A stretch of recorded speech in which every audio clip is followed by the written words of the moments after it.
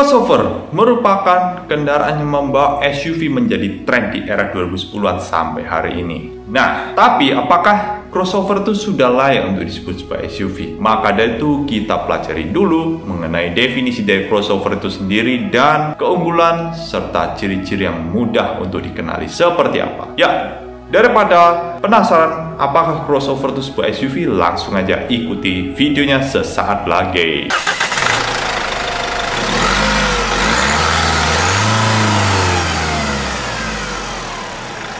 Oke, langsung aja kita mulai. Apa sih definisi dari sebuah crossover itu sendiri? Jadi crossover itu merupakan kendaraan yang dibuat dengan konstruksi sasis unibody atau monocoque ya.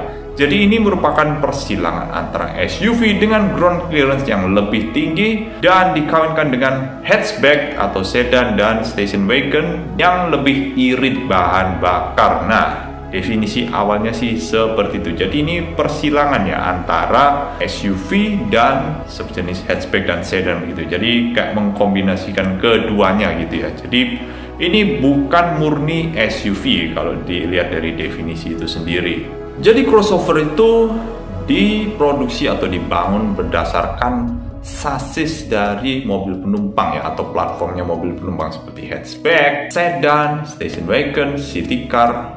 Ya, seperti itulah. Jadi basisnya dari crossover itu. Jadi bukan seperti SUV leather frame ya yang pakai sasis dari pickup atau kabin atau pickup mobil-mobil angkutan pada umumnya gitulah. Jadi pada intinya crossover tuh bisa dianggap sebagai SUV yang berbasis mobil perkotaan atau city car. Nah, jadi ini ya seperti yang disebutkan lagi, bisa persilangan antara hatchback, bisa persilangan juga antara MPV, bisa juga persilangan antara sedan dan station wagon seperti yang disebutkan di awal tadi. Jadi ya sebetulnya oke lah. Jadi masih bisa disebut sebuah SUV ya. Nah, ini seperti pergeseran makna ya, sebuah SUV di masa kini. Dan ya inilah yang menyebabkan tren SUV itu sebesar sekarang ini ya. Ya, jadi seperti itu.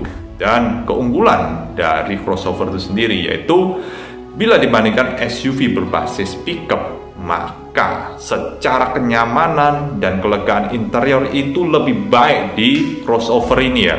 Serta pengendaraan yang juga lebih nyaman, terus konsumsi BBM-nya jelas lebih efisien, biaya produksi atau cost produksinya ternyata lebih rendah daripada SUV leather frame. Dan juga sayangnya kemampuan off-roadnya tidak sebaik SUV leather frame atau yang berbasis pickup ya. Jadi ya lebih rendah lah kemampuan off-roadnya seperti itu. Dan yang lebih sangat disayangkan lagi, crossover yang banyak dijual di Indonesia itu kebanyakan berpenggerak roda depan. Jadi tidak banyak yang dilengkapi dengan penggerak all-wheel drive atau four-wheel drive, atau kalau diterjemahkan penggerak 4 roda ya, seperti itu.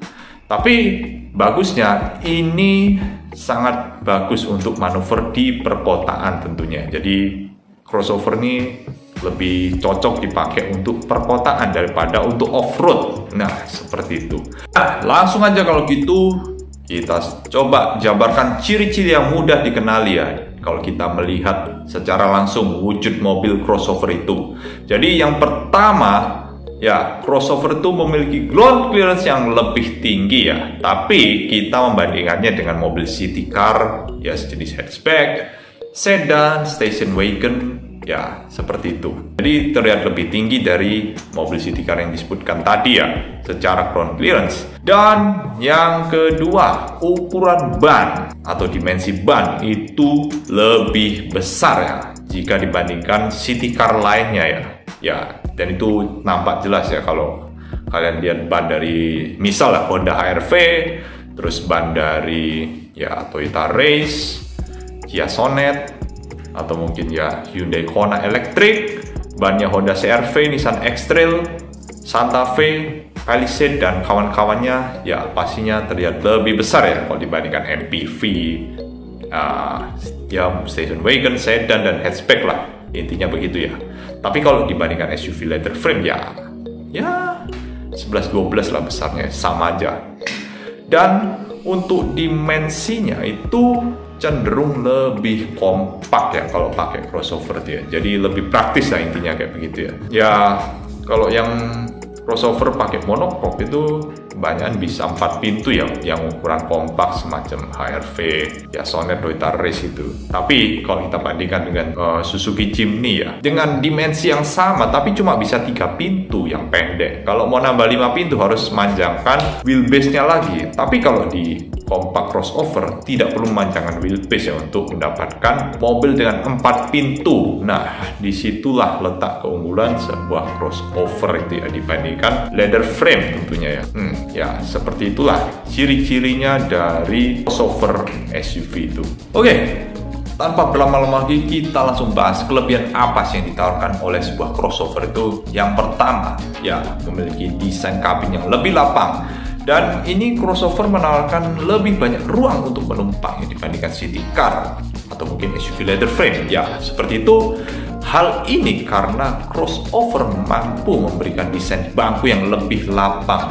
Ya, tapi sih ini didukung dengan desain bodi yang lebih melar atau lebih gambot gitulah istilahnya.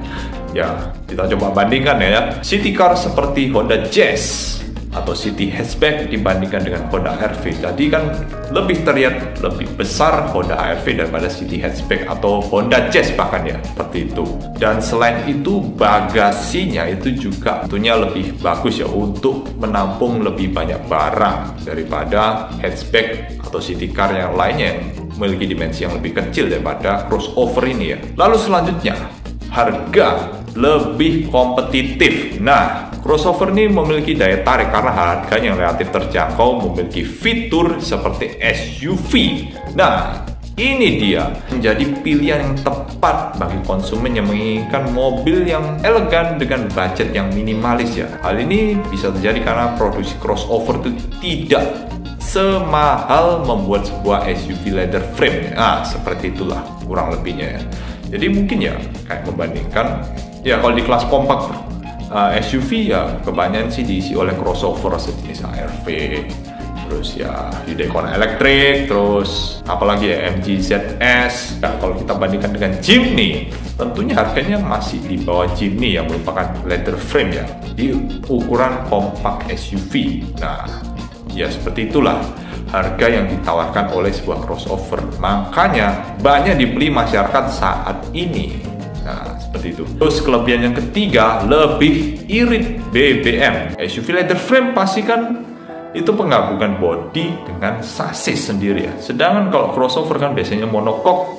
Ya, monocoque itu sasisnya sudah menyatu dengan bodi. Jadi ya beratnya harusnya lebih ringan daripada leather frame kan. Jadi kan leather frame kan bobotnya double ya, mungkin antara bobot dari sasis tangganya ditambah bodinya juga. Nah, itu mungkin yang membuatnya lebih berat sehingga konsumsi BBM-nya tidak bisa seiring crossover ya. Ya, karena faktor berat tentunya. Nah, saat parkir ya. Oke lah. Ya, crossover ini kan ya cenderung bodinya mungkin lebih ramping ya dibandingkan SUV leather frame. Seperti itu. Nah, dari penjelasan mengenai crossover ini, mari kita coba simpulkan. Apa itu sebuah crossover? Jadi crossover ini bisa dianggap sebuah SUV ya. Dan ini memberikan definisi baru apa itu sebuah SUV ya. Jadi tidak lagi sebuah kendaraan berbasis station wagon yang dibangun di sasis leather frame ya, atau sasis tangga yang berpenggerak 4 roda dan harus memiliki kemampuan off-road yang baik ya. Tapi itu sudah tidak lagi berlaku seiring perkembangan zaman. Nah, crossover ini ya secara kemampuan off-road memang tidak sebaik SUV leather frame seperti yang dijelaskan tadi ya. Tapi ini bisa menjadi definisi baru sebuah SUV perkotaan ya.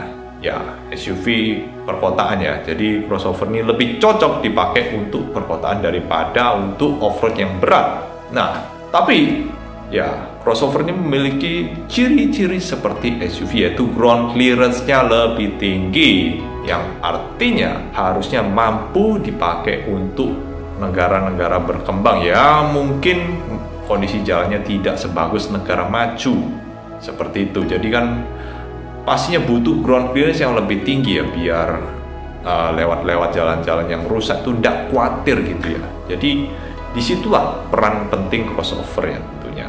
Nah, seperti itulah yang bisa kita simpulkan dari sebuah crossover ini ya. ya bisa dianggap sebuah SUV ya.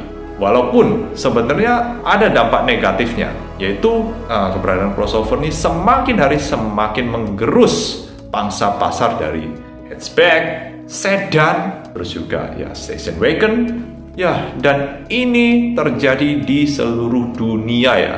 Bahkan banyak pabrikan yang semakin hari tidak terlalu ingin mengembangkan mobil hatchback, sedan, dan city car yang bukan crossover ya.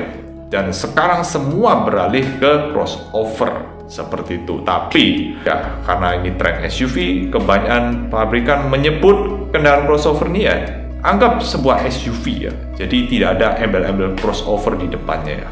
Ya kebanyakan sih sekarang seperti itu ya. Ya sebenarnya ini agak disayangkan juga ya.